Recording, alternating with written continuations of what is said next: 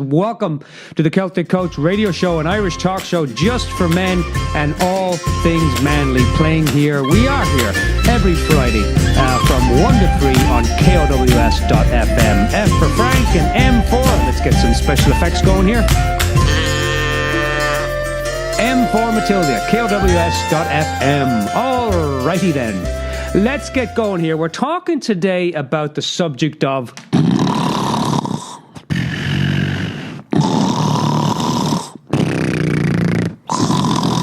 yes, you gepped it. It wasn't Dermot just falling asleep. But we're talking about the subject of sleep. Sleep. How do we get asleep? And what has gone wrong in the world that we've begun to become a society of very sleep-deprived people. And when you're sleep-deprived, I can tell you from my own life that you become quite irritable. You become quite annoying. You have very, very low energy. I'll tell you, let's do it this way. I'm going to share a lot of tips and benefits around getting great sleep. I'm going to share a lot of tips on how to get great sleep. And I'm also going to talk about why is it you're not getting good sleep. So kind of problem and solution type of thing. Now, I'm a professional life coach, and I have been for many years. And I also do trainings. I'm a trainer of life coaches online for a college. And one of the things that I notice in the students is when I'm doing evening classes, I notice that the evening classes always seem to be a lot harder to get people's attention. And I used to think, why is that? It's in the evening. And part of it, of course, is, part of it is logical. It's like, yes, Dermot, they've got work all day, Dermot, and then they're coming to listen to some Irish lad. I get all that, Paddy, and thank you very much. But I've also noticed that there's a lot of other factors that get involved, because some of these people are not working all day. A lot of these people, these evening classes are actually morning time for them, because I train people from all around the world to become coaches. And so they come in from Jamaica, Africa, Syria, Afghanistan, Australia, Costa Rica, you name it. So a lot of the times these evening classes are really morning classes for a lot of people. And there seems to be, I'm constantly kind of dragging a little bit with the classes, and I used to wonder why that is. And I think one of the partly, and I used to hear it in students, I didn't get a good night's sleep last night, Dermot, or I was up, till all hours of the night on the computer, blah, blah, blah, blah. Now, let me share a few things about, before we get into the solution, I want to share you some facts around sleep and sleep deprivation. Now, when we talk about sleep deprivation, what we're talking about is not the amount of sleep that we get, because you can get 8 hours of sleep. I had a lot of clients that get great sleep, get 8 hours of sleep, but they don't get great sleep. They get quantity, but they don't get quality. It's quantitative, not qualitative. And one of the things that we need to recognize, and a lot of my clients have come to this conclusion, is that they were getting the 7 to 8 hours sleep. However, the problem was that they were not sleeping well when they did. And we're going to talk today about some of the reasons for that. So let me give you some stats here. Believe it or believe it not, ladies and gentlemen of the jury, some of the risks, some of the challenges or problems that we have associated with sleep deprivation, or just not getting quality sleep. 60% of Americans have difficulty sleeping each night. Now, that's a huge amount of number. 60% of the population. And these are studies now. I'm not making this stuff up. This is research that I've done on sleep. And I've also taken some of this information from a book called Sleep Smarter by Sean Stevenson. So some of the stuff that I'm talking about today is from that book. Highly recommend that book. If you have a problem sleeping, listen to the show. I'm going to share a lot of the stuff that's in the book and also research that I've done on my own and just stuff that I've known for years. Sleep Smarter by Sean Stevenson. And I'll look into having him come on the show too and talk about sleep. He's a very interesting man, actually. Great story that he's had. All right. 60% of Americans have said have difficulty sleeping. Now, this is one of the reasons that, and I don't know what the stats are, but I know they're quite high for people who are taking some type of sleep pills. Now, I don't even know what kind of sleep pills are out there, but I know they're out there, and I know a lot of people take them. When you have problems sleeping, you will have diseases, or you're at risk for certain things like immune system failure, diabetes, cancer has been linked to poor sleep, obesity has been linked to poor sleep. A lot of people who are overweight and they're exercising and they're eating healthy and they cannot lose that weight. One of the things researchers found is the quality of their sleep is somehow being negatively impacted or diminished. Memory loss, believe it or not, they have associated poor sleep and the evacuation of waste from the brain to Alzheimer's. One night of sleep deprivation can make you as insulin resistant as a person with type 2 diabetes. Let me say that again because that's important. I think diabetes is a factor in there too. One night of sleep deprivation, in other words, one night where you do not sleep well, can make you as insulin resistant as a person with type 2 diabetes. You age faster. You have a decreased libido. So the husband and the wife are, they're not getting fit every night. You know what I mean? Like, you will store more body fat. This is one of the reasons that obesity and over 50% of America is overweight. And I think 40% is obese. They did a study, and they found what they did is they studied 657 men over a period of 14 years. And what they found out that this poor sleep is twice likely for these men. They were twice as likely to have a heart attack and 4 times as likely to have a stroke within this 14-year period that they studied these men, all due to being somehow sleep deprived. Now, let me tell you some of the benefits, gentlemen and ladies out there.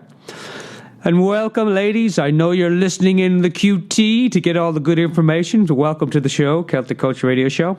Okay, some of the benefits.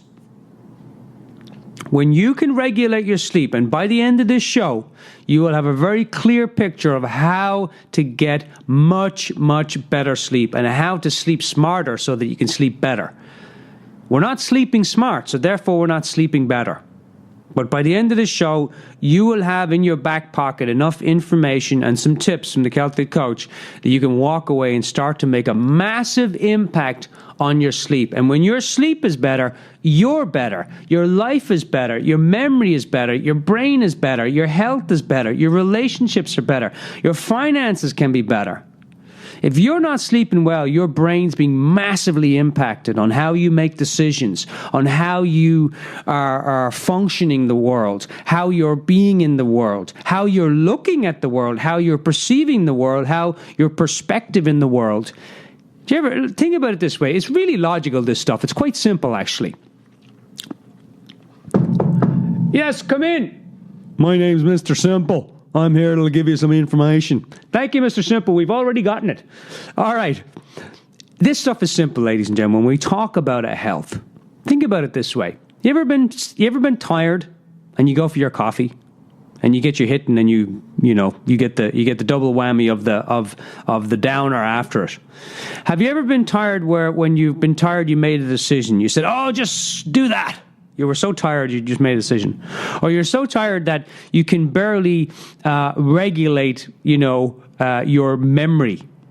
Or you're so tired that it's just really hard for you to be creative.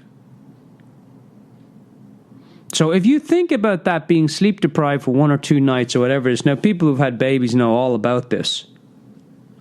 So some of the benefits, by the end of this show, I want you to walk away and I want you to have a very simple view of how you can sleep smarter so that you can sleep better. I want you to have a few tips in your back pocket that you can take out and say, okay, what do I need? What's one thing that I can do? Because this is not about big, massive change, everyone. There's no such thing as big, massive change. How do you eat an elephant? One little bite at a time. How do you walk across America from LA to DC, which some Irish guy did? Nudge, nudge, wink, wink. You do it one step at a time. Or at least I don't know about the other guy, but that's how I did it. So, some of the benefits of sleep. You have better skin health. You balance your hormones. You increase physical energy. It improves the function of your brain, which is really good. Emotional regeneration. So when you sleep, your emotions get regenerated. Decreased risk of stroke and also cardiovascular disease. Fewer accidents. Do you ever get tired and you slip over and you fall?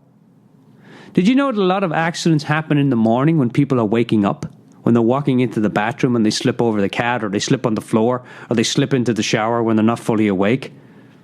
Accidents actually happen a lot more in the shower than in most places of the house. Kitchen being the next one. Lower levels of inflammation. If you've got inflammation in your body, if your body's hurting, you may not be getting enough sleep. Lower risk of cancer and infections. This has been studied and proven. Hormonal imbalance, we already talked about. Faster rate of weight loss. What they found out was in people who are not getting enough sleep, who were exercising, eating healthy, but still couldn't lose that extra 10 pounds. What they found out was that they were not sleeping enough. And not only that, they weren't sleeping deeply. They weren't in line with their rhythm, with the circadian rhythms of the body. We'll talk about that in a moment. Lower risk of Alzheimer, in other words, better memory, and longevity. You live longer when you sleep better. Now, this is not about sleeping 20 hours a night, everyone. I'm not talking about that. I'm talking about, 7.5 hours is usually the recommended for sleeping. But I'm talking about sleeping better. How do we sleep better? The first thing in sleeping better is we've got to understand that it's what we're doing during the day, and more specifically, it's what we're doing in the evening before we go to bed that's impacting our sleep, either in a positive way or in a negative way. Now, some people say, well, it's just my genes, Dermot, And I say, what, the denims that you're wearing there? They say, no, it's just me jeans. And I say, it's not your jeans, mate, although they're a nice pair of jeans, don't get me wrong. I like them. I wouldn't buy them myself, but they're nice. I like them. There's a thing out in genetics world, it's called epigenetics. Now, the word epi just means above. And these scientists now have been looking at I'm trying to think of the guy's name, the biology of the belief. I'll think of his name in a moment. He's got a really good book on epigenetics. But epigenetics basically is the study of our genetics. Now, when we talk about epi, we're talking about above our genetic controls. So what's controlling the genes? Now, most people say, I'm overweight because of my genes. My thyroid doesn't work because my father's thyroid doesn't work. Now, believe it or believe it not, humans only share about 25,000 of the same genes. The rest are open for debate, are open through thought, word, action, what we do to our bodies, what we think about our bodies, and what we speak about our bodies. We'll get into that later. So there's a huge impact on our health. I call it TWA. Now, it's not the airline, although I'm sure that's a nice airline, if they're even still going. I think TWA is not going anymore. But TWA is thought, word, and action. We're going to talk about that. Now, there's also, in the genetics world, there's a thing called nutrigenomics. Now, nutrigenomics basically says that the food that you eat impacts your genetic expression. So one of the things, we at night, one of the things is we watch a movie, and what do? We watch a movie and we snack. We take out the snacks and we start eating the Doritos, and we start having maybe a cup of coffee or something, or we have a can of Coke, or we have a beer, or we have something like that to rev us up. Now, one of the things, the reason what they're finding out is that people are sitting in the evening and having the movie and having the Doritos and the chips and all that other stuff is because of stress. And poor sleep has been directly linked to high stress, believe it or believe it not. Yes, Dermot, I'm stressed out. I'm inside, but I'm stressed out inside. So sleep today is more about quality. Good sleep, great sleep is more about quality than it is about quantity. And when you sleep less, ladies and gentlemen, you already know this. Again, this is very simple, very logic stuff. It's just like turning on the toaster. It's really easy to do. When you sleep less, by the way, I know that was a bad joke. I get it. I agree. It was a bad joke. But it just popped in there, so my unconscious mind threw it out there in the hopes that you might have laughed. When you sleep less, you're less productive, you're less creative, you're less resourceful. You're more moody. I got to tell you, in the morning, I am as moody as they come. The girlfriend says, good morning to me. I say, what? She says, good morning, my little nugget. How are you? Arr! That's usually my response. But when I go outside at about 8 o'clock in the morning, which is a perfect time to go outside, and I get a little bit of sunlight. Now, you don't have to get sunlight if it's not in Ireland, the sun never shines. But you go outside and you can get sun through the clouds. It's not as effective, but it's pretty darn good. And I just soak in the sun for about 10 minutes. I take some breath ins and I come back in. And I'm singing through the tulips. The hills are alive with the sound of music. Good morning, my little flower.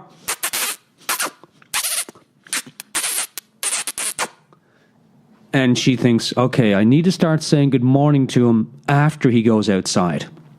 So if you're a grumpy old grut in the morning, don't do anything. Just go outside. Make sure you got some clothes on and take in some sun rays. Put your arms out, take a breathe into your nose all the way to your belly and exhale out your mouth. Do that 3 times and that will instantly start the process of some adrenaline going and some cortisol going. It'll start to get your body in motion. Emotion, energy in motion. Now, there's an Irish proverb, and I'm not making this stuff up, even though I'm Irish. I'm not making it up. But there's an Irish proverb that says this: a good laugh and a long sleep are the 2 best cures for anything. Now, if you want that in a Kerry accent, it goes like this: a good laugh and a long sleep are the 2 best cures for anything. Now, in case you're wondering, how does that sound like in Dublin? It sounds like this.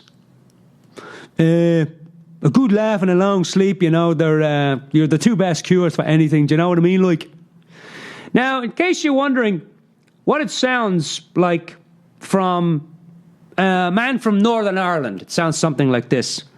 A good laugh and a long sleep, they're good cures. They're the best cures for anything. Do you know what I mean, like? All right, I think I've covered all the north, south, east, and west. Yeah, I have. All right, so a good laugh and a long sleep are the best cures, 2 best cures for anything. And here's the thing, everyone. You're not healthy. I don't care what you're eating, what pills you're taking, what vitamins you're taking, who you're sleeping with, how many affirmations you're saying, how much money in the bank you have, what kind of jeans you wear, what kind of undershirts you wear, what kind of crazy underwear you wear. It doesn't make any difference. You're not healthy unless your sleep is healthy. Let me say that in a different way. Unless you sleep healthy, you're not healthy. Let me say it in another different way. Sleeping is healthy, but it's unhealthy if you're sleeping unhealthily.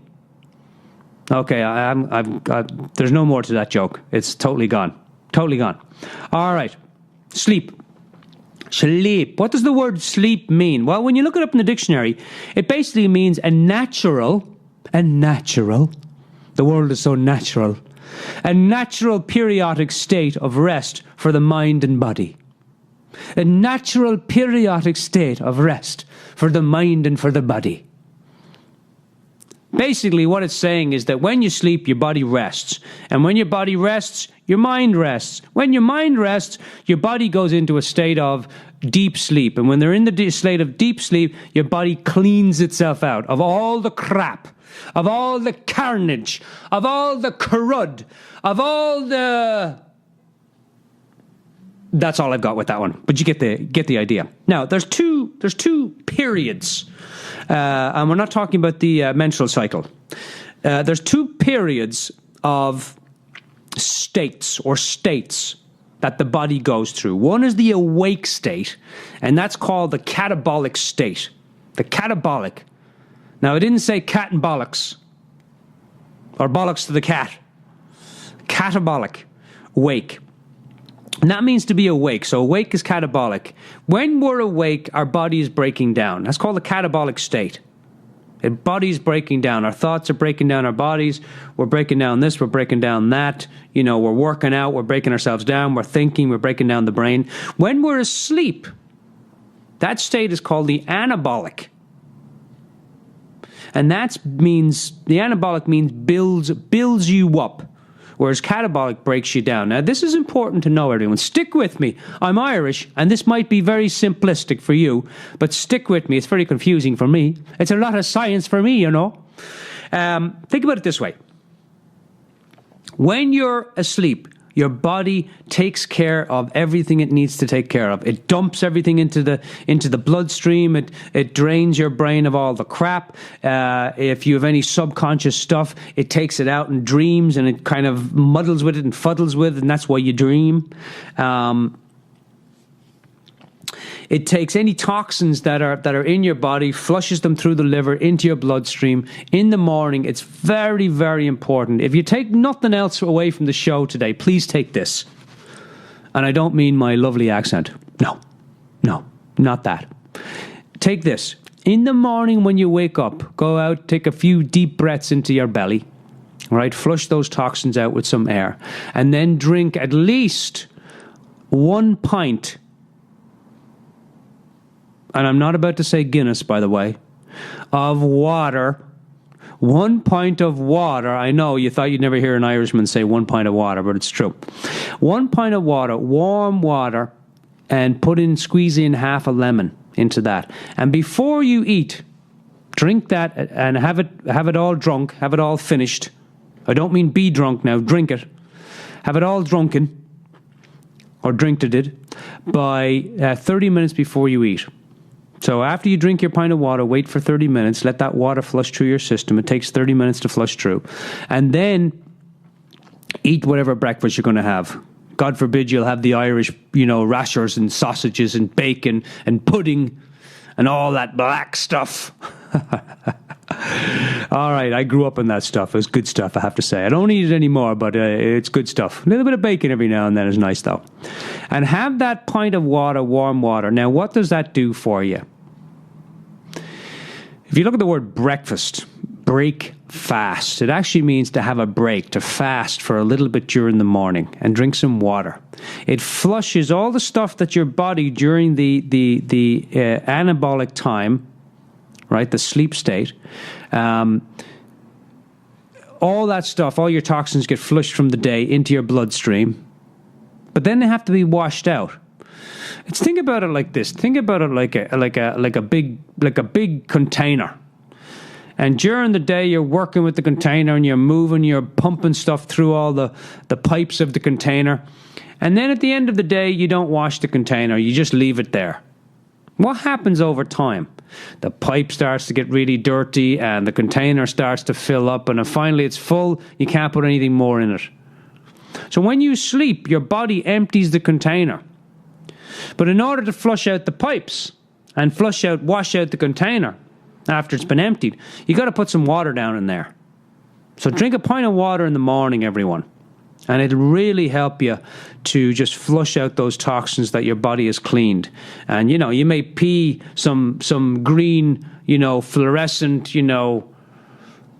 nuclear waste looking thing, but it'll be good. Get it out. Do you know what they found? They found that 24 hours, this is fascinating, of sleep deprivation has a reduction in glucose of 6% in your brain.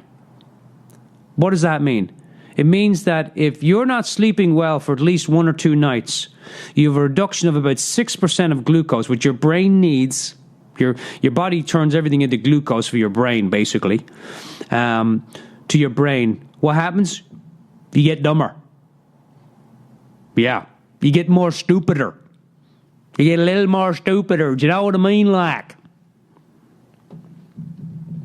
And by the way, that was no rag on Southern people whatsoever.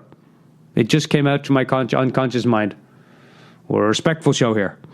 All right, so when you eat snacks at night, when you're snacking on those Doritos and the Cheetos and the huevos and all those things that spike your blood at night, you'll get sleep deprived. There's no question about it. You will get sleep deprived. All right. Let's talk a little bit about now. So we've talked about the benefits of sleep, right? We've talked about your better skin, better health, lower accidents, lower level of inflammation, hormonal balance, weight loss, stronger bones. You'll live longer. You'll have a better memory. You'll look great. You'll get all the women. You'll be successful in every way, shape, and form. You'll be a manly man. Successful. Ahar. Char. All right. I want to share a couple of tips now. So let's get into the meat and potatoes of it. Let's get into the pudding and the bacon of it. Let's get into the high horse and salvation of it all. All right. Celtic Coach, tip number 1. If you know that you've got a huge week coming up, like here's what I do. If I know that I have a huge week coming up of a project or whatever it might be, then I sit down and for a moment, I don't take a whole long time to do this, but I take a minute or two and I think about it. And I just plan my sleep. I say, okay, Dermot, you've got a big week coming up. How are you going to ensure that you're going to get your 7.5 hours of sleep? Now, you may need a little more, you may need a little less. Basically, here's the breakdown on that. The prime time in terms of the circadian rhythm of the body, or the sleep cycle, or think of it as the timing system of the body. By the way, it's a real clock. Your circadian rhythm is a 24-hour real clock. It's not some woofty spiritual whoop-de-doo nonsense that I came up with. It's actually a real clock that regulates the sleep cycle and the body cycle of your entire system. And what researchers have found is usually that 10 o'clock to about 5:30, 7.5 hours is prime time sleeping, which is the time that I go to bed. I'm going to talk about that a little bit later. So if you've got something coming up, plan your sleep. Say, okay, so ask yourself, here's some Celtic Coach questions to ask yourself. How might I ensure that I get, Monday through Friday, or even for Monday, you can do it a day at a time. How can I ensure that I get 7 or 8 hours of sleep on Monday? What time do I need to go to bed at? What time do I need to get up at to work on this project? How many hours of sleep do I want? I want 7.5, 8 hours of sleep. Okay, so what do I need to do? When am I going to go to bed? When am I going to get up? Now, if you're somewhere in you're totally off cycle in terms of like you're going to bed at 12 o'clock at night or 1 o'clock in the morning. And by the way, there are people out there who work with those types of rhythms. Everyone's got to find their own rhythm. I'm not saying this is the only rhythm. By the way, everyone, I'm not a doctor. I'm simply sharing with you the best knowledge that I have found out there on the research and the science and the art of sleeping. So, I'm not a doctor. Take this with a grain of salt. Experiment with it. See what works for you. A lot of this is just practical stuff that Irish people did for years and years and years before the advent of television. They went to bed. Usually the sun would go down around 8 or 9 o'clock in the evening and be up at about 5 o'clock in the morning. And Irish people, they'd get up, they'd go to bed with the sun, they'd get up with the sun. There was a lot of farmers there, so they did that. They worked with the cycles of nature. So I'm inviting you to start to think a little bit about the cycles of nature and how you can start to connect to the cycles of nature in terms of getting better sleep. Think about it this way. if you're sleeping poorly, every part of your world is going to suffer. Would that be fair to say that every part of your world will suffer if you're not getting good sleep? So plan your sleep. Think about your sleep in this way. You get a date with a beautiful woman who gives you a big hug and puts you off to sleep for about 8 hours. So if you love your sleep, it will love you. So enjoy your sleep, everyone. Sleep is meant to be enjoyed. It's something that, the big fella upstairs, Bob, whoever he might be, Charlie, Paddy, whatever his name is, up there, decided that we would work for a certain amount of hours, whatever it is, 8 hours of... Some people think about it this way: 8 hours of sleep, 8 hours of fun, and 8 hours of work. But in our today's society, we've kind of moved away from that, haven't we, a little bit? Now it's 18 hours of work and about 5 hours of sleep. Isn't that kind of how we're kind of doing? Or maybe 6 hours if you're lucky, with an hour of TV, Or it's 10 hours of work. We come home, we plop ourselves in front of the television, we crack open a beer, we eat some, potato chips, and then we go to bed. And then we get up again and we do the same thing over and over again. So I'm going to invite you now, if your habit of sleep is way off, start to ask yourself some fundamental, very simple questions. How much sleep am I getting at night? Am I waking up in the morning and do I feel restful? Do I feel like I've rested? Do I feel energized? If you're waking up and you're tired and you're groggy and it takes a couple of hours to wake up, then you're not getting good sleep. If you're waking up 20 times during the night, you're not getting good sleep. If you're watching the TV right before you go to bed, you've just wired your brain to say it's during the day. And hey, let's party. This is one of the challenges that, I love technology, but it's one of the challenges that technology has presented us now, that we're not sleeping better. We're not getting qualitative sleep. So start to plan your sleep. Start to look at, okay, so what is my sleep? What is it looking like? In the morning when you wake up, get your arse out the door and just stand in front of the sun. Make sure you have clothes on, as I said earlier. And just stand in front of the sun, take some deep breaths in. Keep your eyes open. Let that sunlight get into your eyes, because the light signals the glands and the organs to start waking up.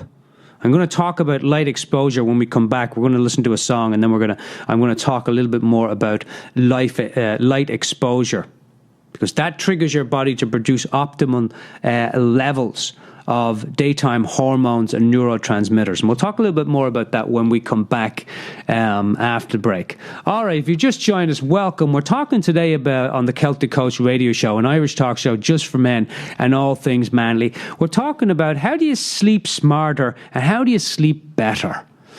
Now, the Irish knew this way back when. The Irish were great sleepers. You could be talking to a lad and he would be fast asleep.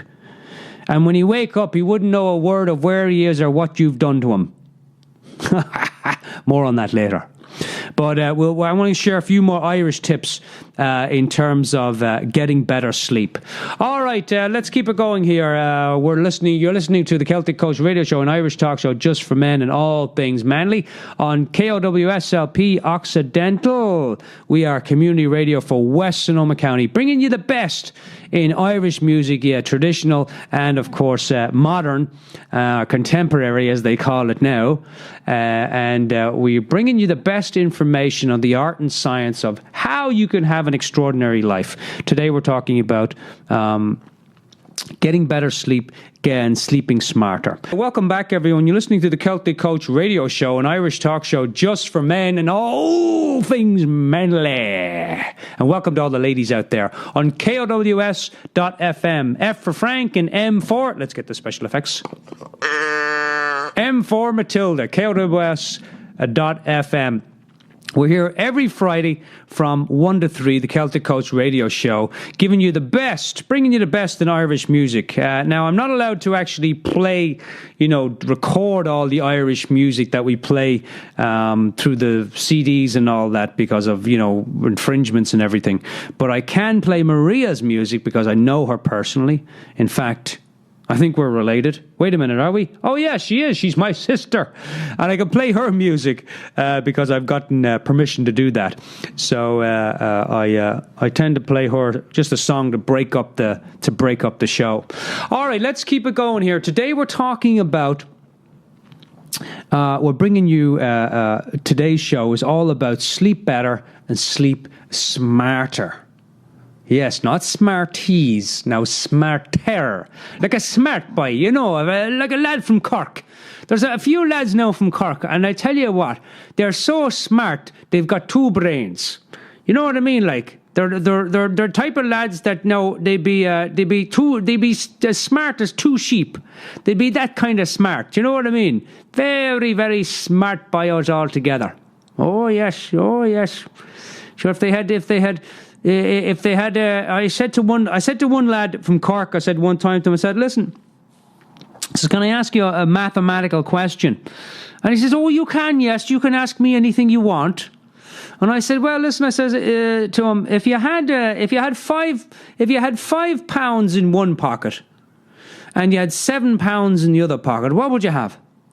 Well, I'd have somebody else's pants now. I'd have somebody else's trousers, wouldn't I?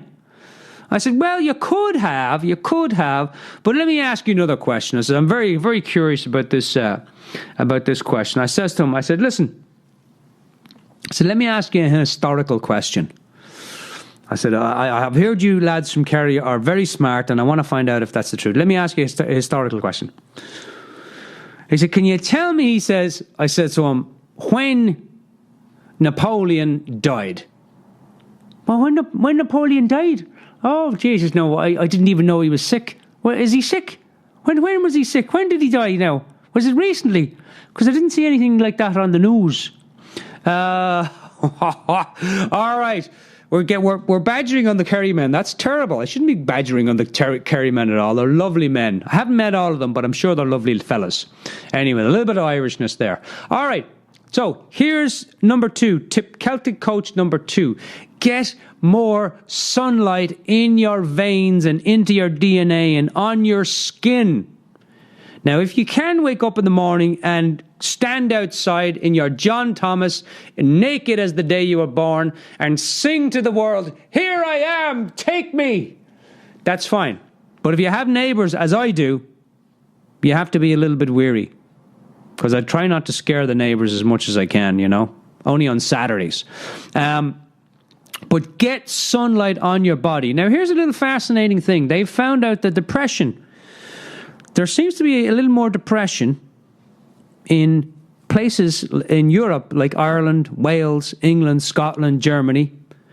And the alcohol consumption is higher in a lot of these European countries. And the reason what they found is that alcoholism is related to this is that people are not getting enough sun. And when they're not getting enough sunlight, they're not getting enough UVA and UVB, being the vitamin D that you get from the sun. And what happens is that people tend to be a little bit more subdued, a little bit more, I don't want to say depressed, but their mood is a little bit lower than if they were outside getting actual sunlight to stimulate through the UVA and through the UVB. It's fascinating. So get more sun in the day and you'll sleep better at night. Now, there's a master gland in your body. It's called the hypothalamus. There's a master gland of your body's hormonal system, the hypothalamus in your brain, in your head. And this regulates a lot of your hormone, creates a lot of the chemicals for your body. Now, light, and by the way, I'm not talking about artificial light, you switch on your light in the morning. But I'm talking about light from the sun. it signals the glands and the organs to wake up. So when you get light exposure, it triggers your body to start to produce lots of optimal levels of these daytime hormones and neurotransmitters that regulate your biological clock. So when you're getting too little light in the day and you're getting too much artificial light at night, this is going to negatively impact your sleep in a massive way. Now, let me say that again, because that's really important. During the day, if you're not getting enough sunlight, now what does sunlight mean? Get at least half an hour of sunlight during the day. The sun doesn't need to be out for you to get it. It can be a cloudy day. You're still going to get the sunlight. You're still going to get a beneficial effect. Maybe not as much as it was sunny, but you'll still get quite a lot of the effect of the sun.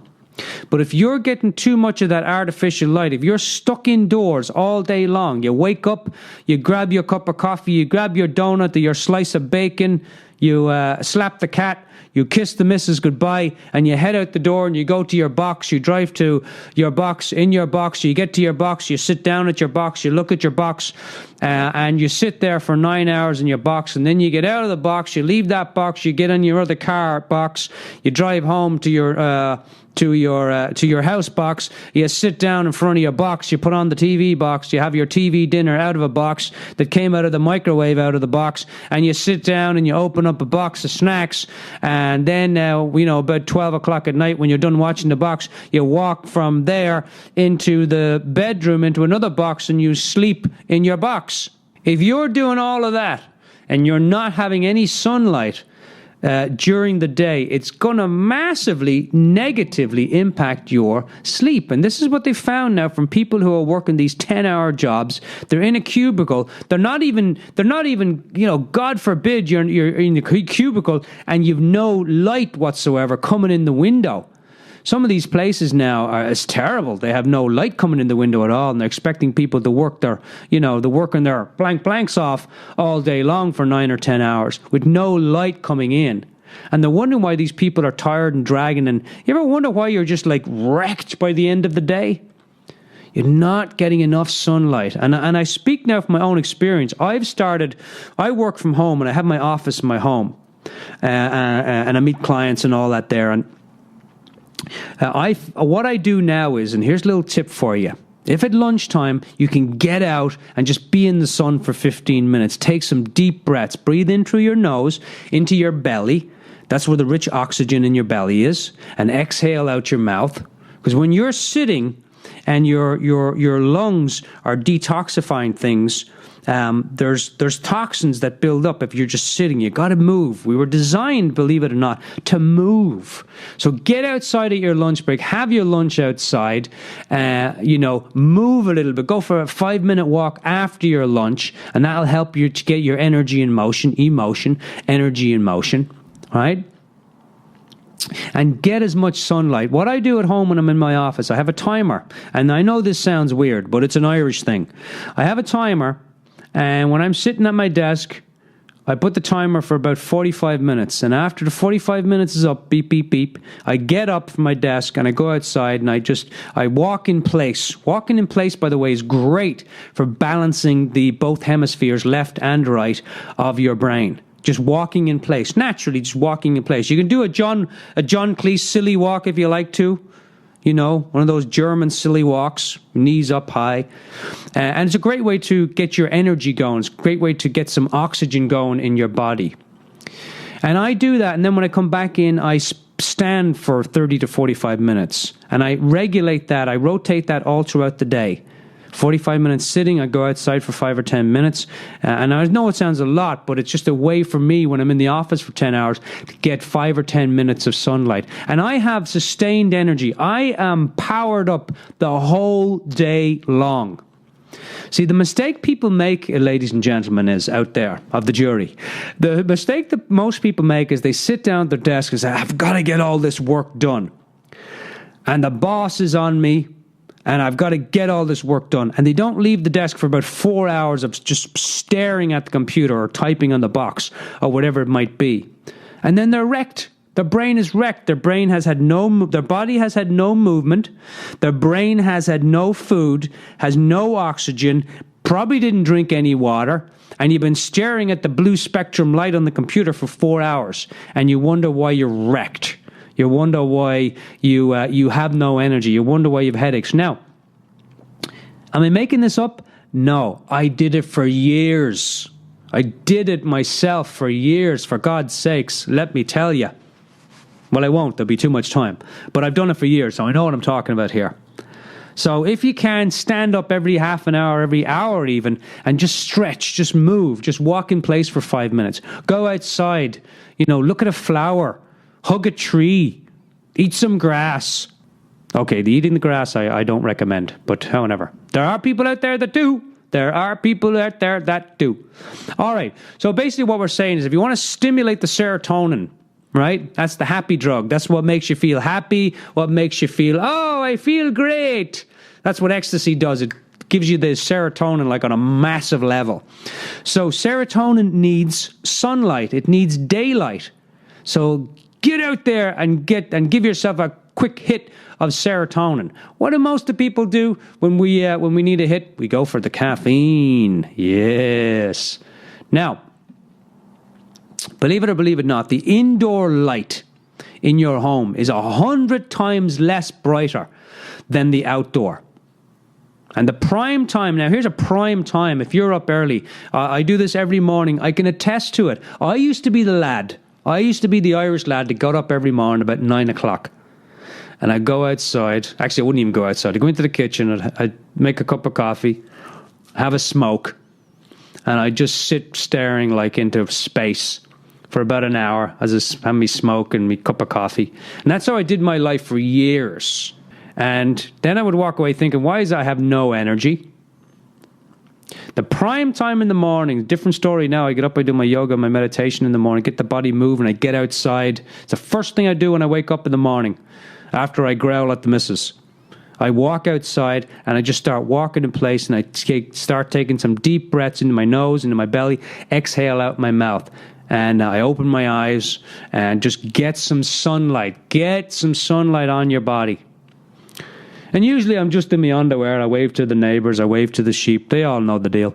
Between 6 and 8:30, everyone, in the morning. That's prime time. 6 to 8:30. Now, you can get light any time of the day. But if you want prime time, if you want like a massive shot of energy, serotonin, then get out there between 6 and 8:30 a.m.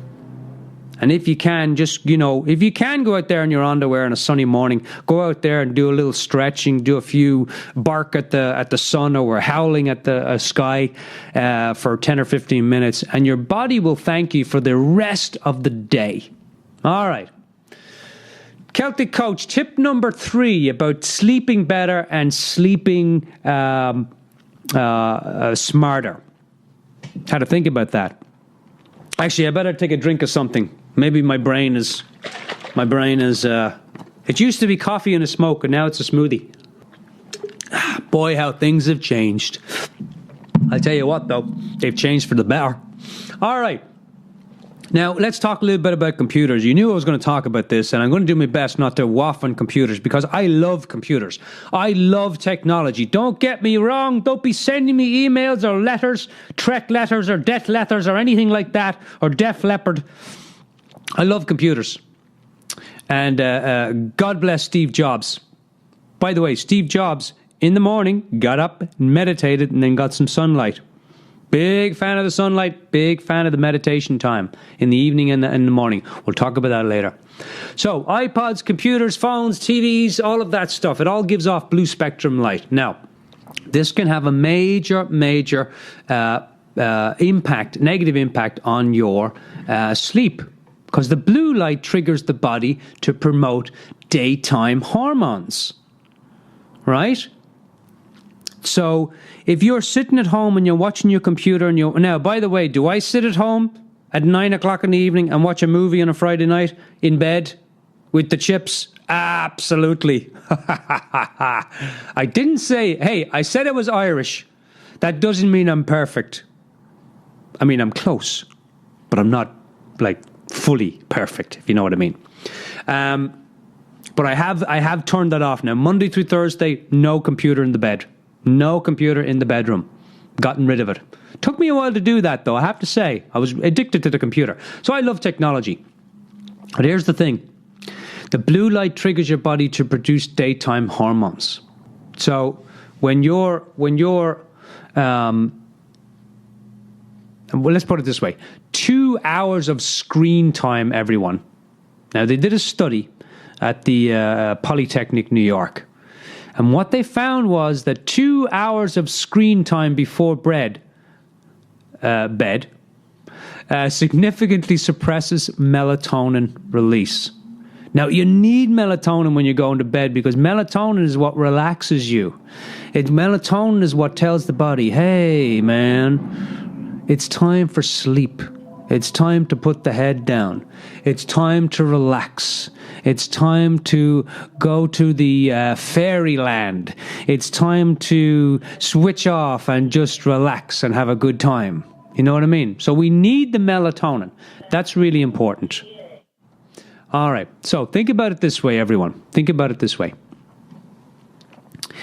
If you're sitting and you're having your screen time an hour or 2 hours before bed, or even you right up to screen time and then you go to bed, your body, I won't get into the science of it, but basically what's happened is your body has been told, hey, it's daytime, let's party, let's go outside and do something. Now, you may feel tired because you've watched the long movie and it was this big, great big Dwayne Johnson, kick 'em up tanks and buildings blown up and all that stuff, sirens going off, just like that.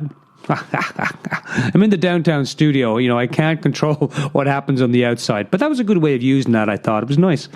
All right. So all of this is happening in the movie, stimulating, telling your brain, hey, the brain now starts to release dopamine. Dopamine is tied to motivation and alertness. So it's like, hey, all of a sudden now it's like, hey, time to party. Let's go. But your body is saying, oh, I really need to sleep.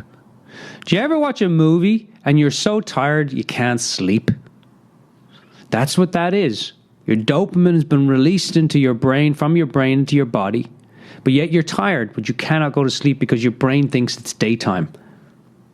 Serotonin, on the other end, is tied to contentment, relaxation, relaxing, switching off. So in the evening, what's a nice thing that I do in the evening is I put on some of that. I go onto YouTube and I find some of that Irish Celtic relaxing music. And in the evening, I just put that on. I put it on a few hours. In fact, during the day, I have it on all the time. But in the evening, I'll make sure to put it on while I'm reading a book or just having my dinner or whatever. And I just allow it in the background to start to relax. I start to bring down all the lights in the house. So at 9 o'clock, it's not like a Christmas festival. I turn out all the lights. Even though the missus, she loves all the lights on. I start to switch them off. I start to create an environment where it's darker. Now, that doesn't mean I walk around and fall over stuff, but I create a semi-dark environment. And this is really helpful for now relaxing, for starting to release some serotonin into the body, where the body can start to relax. Now the brain starts to think, Dermot, it's about 9 o'clock in the evening now. It's time for you to start to relax, time for you to start to switch off. I'm noticing that it's quite a dark in here, so now I'm thinking it must be evening. The sun must be on its way down. So it's time for you now to relax. I'm just gonna hit you up here with some serotonin so you can relax even deeper. Now that's great. Thank you, brain. But what happens is if we're watching the computer, this is what the brain is saying. Dermot, how are you, lad? Oh, but jeez, I'll tell you what now, it's time for some motivation. I'm going to fit you up. I'm going to get you going. I'm going to jump out of here like you are just Mr. Superman. Let's motivate you. Let's inspire you. Let's get you going, Dermot. Are you alert? Are you with me? Dopamine, yay! And so the brain has that kind of conversation. So it's fascinating to think that when we're trying to relax, we're usually speeding our brains up. And when we're trying to speed our brains up, It's usually at the time when we need to relax. Now, studies have shown that long-term prognosis in terms of messing with your circadian system is a chronic disruption of the rhythms in the body and can create serious health issues. So, how do you change? So, let's talk a little bit about that for a moment. How do you change your habits? Let me take myself. I'll speak for myself here. For years, I would sit up in bed and I'd watch a movie or I'd watch something or I'd research something. I was always researching stuff. I'm a mad. I love learning stuff. I'm always researching something. And I was doing this and I was stimulating my brain at about 9 o'clock in the evening. And then I was trying to go to sleep and I was having terrible sleep. I was not sleeping. I wake up in the morning and I was tired and I was like, And this started to play havoc with my. I started to get, I wouldn't say chronically fatigued, but I started to get very fatigued. And as a result, then my whole digestive system started to, any of you guys out there have digestive problems? Part of it is eating, part of it is sleeping. I had digestive problems as a result too of that because my whole system was just off. So the key to any habit, to creating a new habit is, let's say you watch TV, 4 nights a week. Decide for yourself, okay, here's some questions you can ask. What do I want? I want to have one night where I read a book, or one night where this is crazy, but I want to sit and talk to my little lady, or snuggle with the dog, or whatever it might be, something other than watching the computer, YouTube, whatever the heck you're watching. One night a week. I'm gonna commit to one night a week. So Monday through Thursday, I started with, okay, Monday nights I'm going to do something else. Now, here's the key, everyone, with breaking a habit and creating a new one. You don't even have to break the old habit. Just create a new one in its place. Something that is more fun, something that is nicer. Maybe on Monday nights you decide, you know what, hey, let's love make on Monday nights. Instead of watching TV, let's love make. Let's get it on. Or I'm going to read a book. That's always nice. You got to fill the space with something else that you enjoy equally as much as watching the computer, or even more. Find out what that is for you. And I'm going to share a few tips at the end of the show. So now, Dermot, what's the optimal time of turning off the computer, or the television, or the iPad, or the iPod, or the iToaster, or the iDis, or the iDat, the iPhone? 90 minutes before sleep is what Sean Stevenson recommends. At least 90 minutes before sleep. And that allows your melatonin and your cortisol levels to normalize, to just relax. Serotonin comes out, you start to become content and relaxed. But if you're constantly getting that dopamine hit, that motivation and alertness, you will not fall asleep, everyone. See, it's interesting.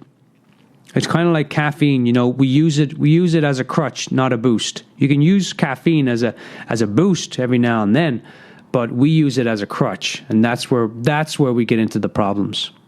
So let's recap on a few things. Get some sunlight in the morning. That's the main thing. That's the big one. Plan your sleep. If you're going to be busy for a week and your sleep's going to be out of whack, or you've got a big thing going, then plan it. Too little light in the day and too much artificial light at night is going to negatively impact your sleep.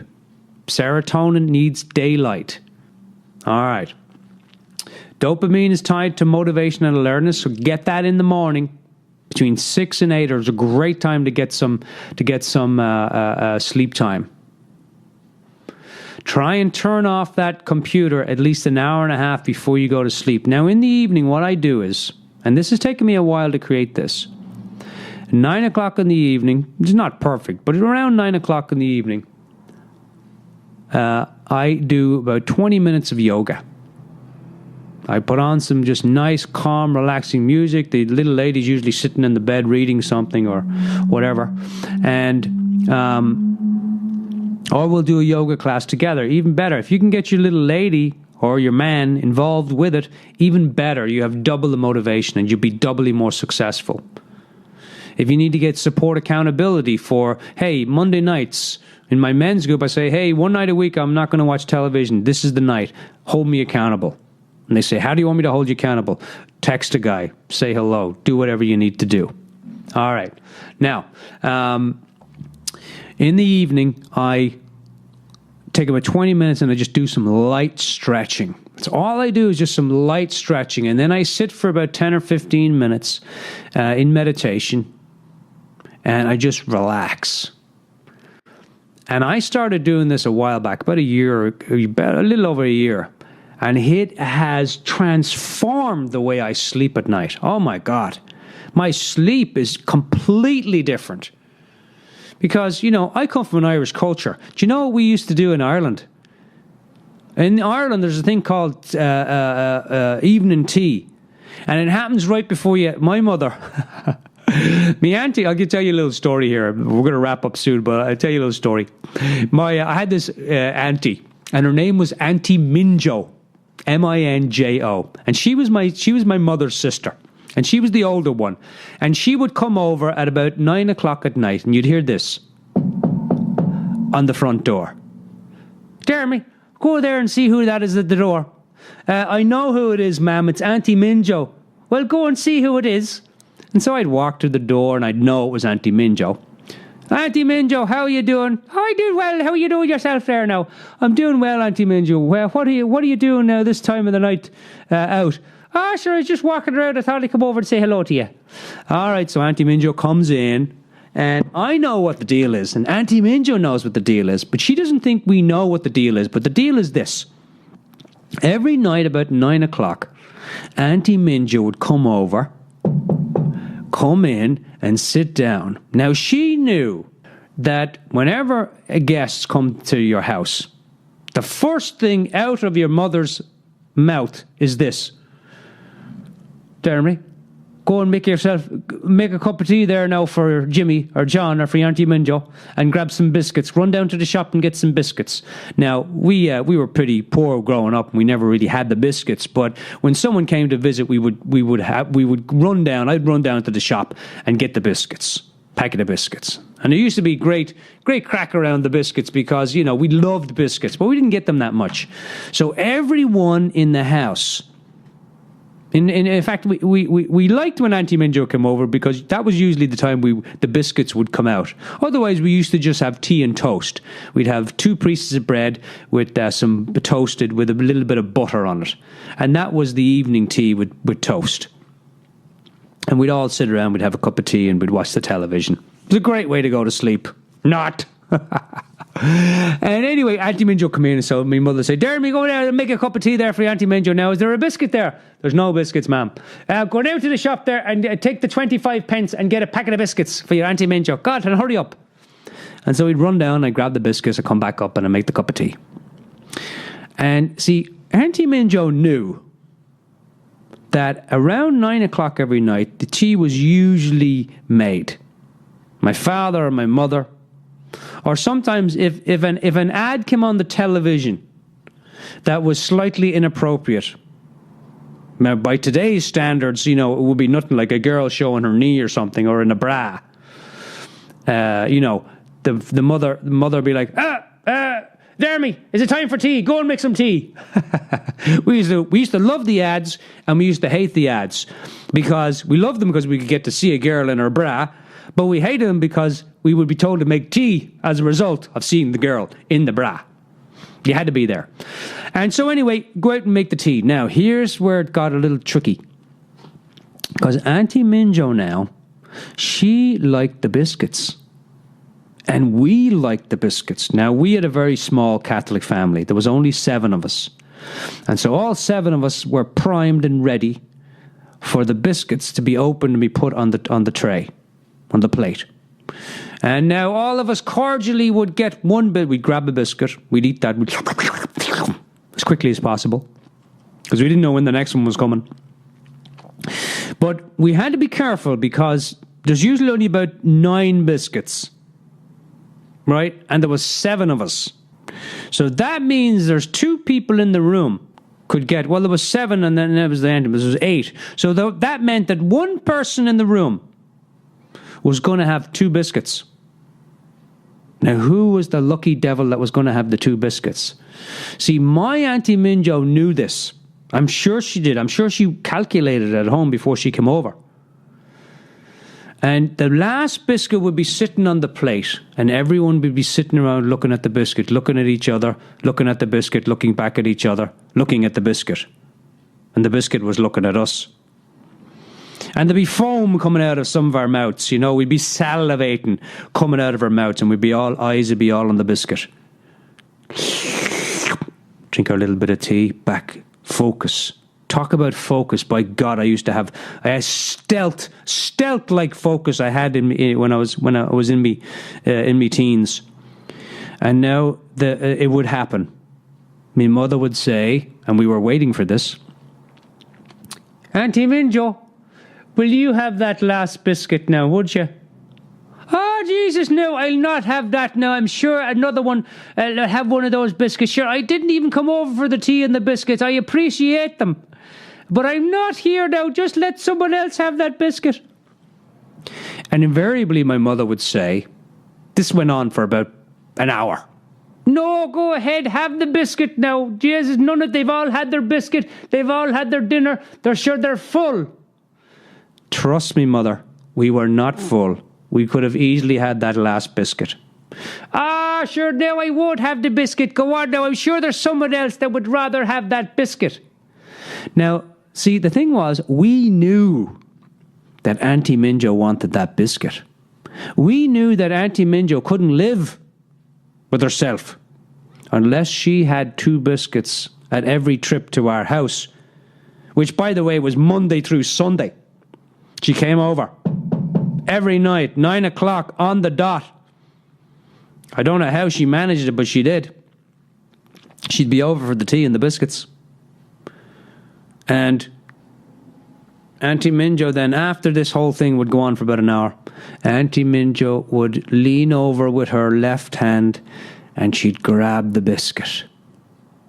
And slowly, as it's coming toward her mouth, she'd look over at us. And there used to be a little gleam. You ever see that? Like a little smart kind of a gleam. A victorious kind of a gleam. A champion/warrior type of gleam on her face. She's gotten the biscuit. And that, my friends, would be that. Once Auntie Minjo had eaten the biscuit, the second biscuit, we'd all be like, right, I'm off to bed. Good night, ma'am. Off to have my 6 hours of not very good sleep because I've just had tea and biscuits and 10 hours of television after I came home from school. I used to talk like that as a young lad. Much deeper accent. And then, of course, at about 10 o'clock, this went on, 9 till 10 o'clock. Ah, sir, you know what? Everyone's going to bed. I better hit the road here, sir. I was only out for a quick walk. I thought I'd stop by. Right, Auntie Minjo, good luck to you now. Take care. We'll see you at some point. And of course, we all knew that we'd see you tomorrow, Auntie Minjo, at 9 o'clock. But God bless you, Auntie Minjo. You used to give us a lot of fun. You were a funny old soul, and we miss you and love you lots. All right, ladies and gentlemen, we're going to leave it there. Sleep smarter, sleep better. Let's give you a few tips before we round off the show. Okay, here's a few other tips for helping you to sleep much better and much smarter at night. If you sleep better, you're going to be smarter. And if you're smarter about your sleep, you'll sleep better. Keep your room cool at night. All right, here's the main tips. Keep your room cool at night. Do not drink caffeine before you go to sleep. In fact, if you can, switch off your caffeine at about 2 o'clock. 2 o'clock in the day. Yeah, because that'll stay in your system for about 5 to 8 hours. Did you know that caffeine provokes your adrenal gland to produce adrenaline and cortisol? And cortisol is like, hey, let's party, it's time to go, it's time to move. Adrenaline is like, all right, let me get things done. So 5 to 8 hours, try and cut that coffee off. 68 degrees Fahrenheit at night is kind of where you want your room. You don't want it too hot, too cold. If you have a problem sleeping, everyone, try having a warm bath about 1 to 1.5 hours before you go to bed. That'll really help. If you're cold at night, wear some socks in bed. My little lady, she wears the socks in bed. I heat up at night. She cools down. We all have different rhythms for our bodies. So make sure you don't want to be cold at nights, but if the room is cool, put some socks on you. You can even put on a hat. The best time to go to bed. Recommended is 10 o'clock. And to get up at about 5:30. Remember this, everyone. Your sleep cycles, they last for about 90 minutes. And they repeat about every 4 to 6 times per night. So if your sleep cycle starts at about 10 o'clock, it will end at about 5:30. And that is a great time to get up if you can. Anywhere from 9 to 11 works really well. Get some sunlight as you wake up in the morning. And for God's sakes, do your best. If you're working a night shift somewhere and you can switch that night shift. I did night shift for 2 years at a gas station when I was in my 20s, early 20s in the States. And it nearly killed me. So if you're working the night shift, I encourage you, try and get off the night shift. It just plays hell with your sleep cycle. So sleep cycle. Set the alarm for 5:30. If you go to bed at 10, that's the best cycle that you can get. You'll be up and you'll be woohoo, jumping out of bed like a crazy man. Create a sleep sanctuary. Now, what does this mean? If you can, they have those salt lamps that are really good, nice, quiet, low light in the evening. House plants are great for cleaning the air and for helping you sleep better at night. Keep the office. Here's something that I had to do. Keep the office out of your bedroom. If you're working on documents, go to some part of the house that's designed for your office. If you don't have an office, think about one side of the couch. And when you go to that space every time, your brain will start to remember, hey, this space is for the office. Bed is for sleeping. Bed is for making love. Bed is for every now and then, having a TV dinner in the bedroom is great. Don't make a habit of it, though, because that will come back and bite you in the big one. Darken your room in the evening when you're getting ready to go to sleep. Don't have all the lights on. Start to turn down the lights. Put on some calm music. That's a really great way. Darken your room. Now, your alarm clock. For God's sakes, everyone, if you've got one of those big alarm clocks, the electric ones that you plug in, that's got the big lights, 9:15 on it, cover it, because that will keep you awake. Better yet, if you can, because those things have magnets in them. If you can, go out and just buy like a nice battery up or a wound up alarm clock. And if you can, try and get an alarm clock that sounds a little more like, not like this, blaring in your ear. That's a horrible way to wake up. Get something that's a little more relaxing that will wake you up slowly. However, you may need that in the morning. If you're not getting good sleep, then you're going to need like an ambulance or a fire brigade truck to come through the room to wake you up. That happens too. All right, listen, I hope you've enjoyed the show. I always really appreciate bringing you the show, and I enjoy it very much. And I hope, it's my wish that you've gotten something out of the show that you can walk away with some tips that you can use. A few tactics that you can think about, that you can say, okay, what do I need to do to create better sleep? What do I need to let go of in order to get a better night's sleep? What do I need to add to my life to get a better night's sleep?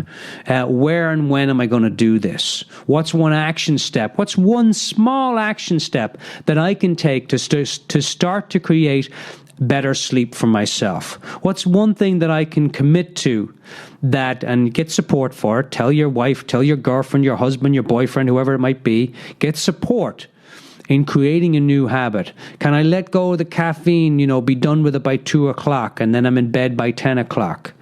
One night a week, can I start doing something small? How can I start taking some small steps to move towards better sleep? Who do I want to be? What health do I want to have?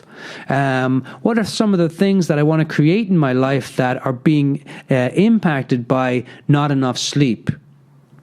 Can I stop work at 6 o'clock as opposed to 9 o'clock? Can I get help around something instead of having to do everything myself? Can I ask for help? Can I ask for support?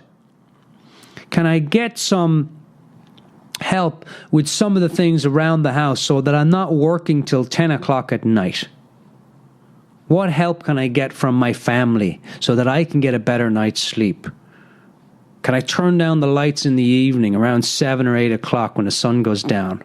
Who do I want to be? I want to be energized. I want to be motivated. I want to be inspired. Okay, so what's one small step that I can do to get greater sleep. To take your time. Rome wasn't built in a day, everyone.